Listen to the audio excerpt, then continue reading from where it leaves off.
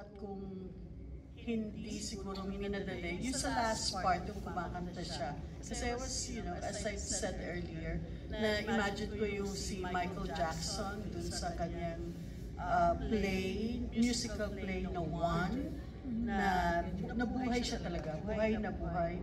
Kumakanta, sumasayaw. And I'm sure, given the time, given na mas mahaba siguro oras, magagawa naman yun. And siguro, baka siya pa yung mismo kumakanta ng handog. Hindi ba? Kasi it would be very lovely kung siya yun. I thought nga I thought yun. Pero I'm sure kung may time, yun ang gagawin ni Ado.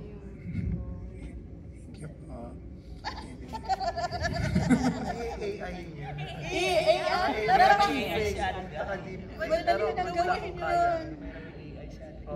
Actually, eksena nga po nung napakita si Miss Nora Candor, yung kay may Miss Doris Green. Naalala ko sa Star Wars na nagpakita si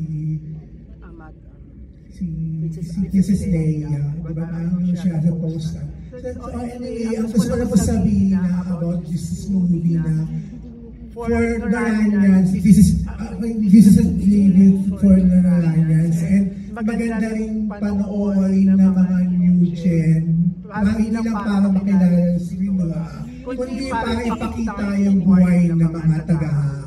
So parang may mas understanding of what goes inside a fan's mind. So last question na lang for Sir R.S. So parang, okay, actually medyo may expectation po kami na lalabas ka dun sa movie. So, the question is, a lot of people miss you acting. So, when can we see you on screen? Kinukulit kita in person dito, but dito, when can we see you act again?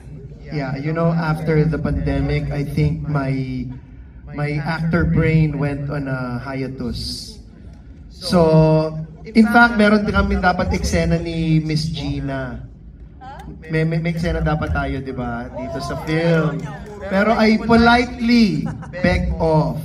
Sabi ko kay Direk, hindi pa ako ready umarte. More so, ka-eksena ko isang actor with exceptional abilities. So sabi ko, kailangan ko ng preparation for that. Hindi pa ako mentally prepared. Pero hayaan nyo, next time, sana kung may chance pa, pumayag ulit si Miss Gina, may eksena kami.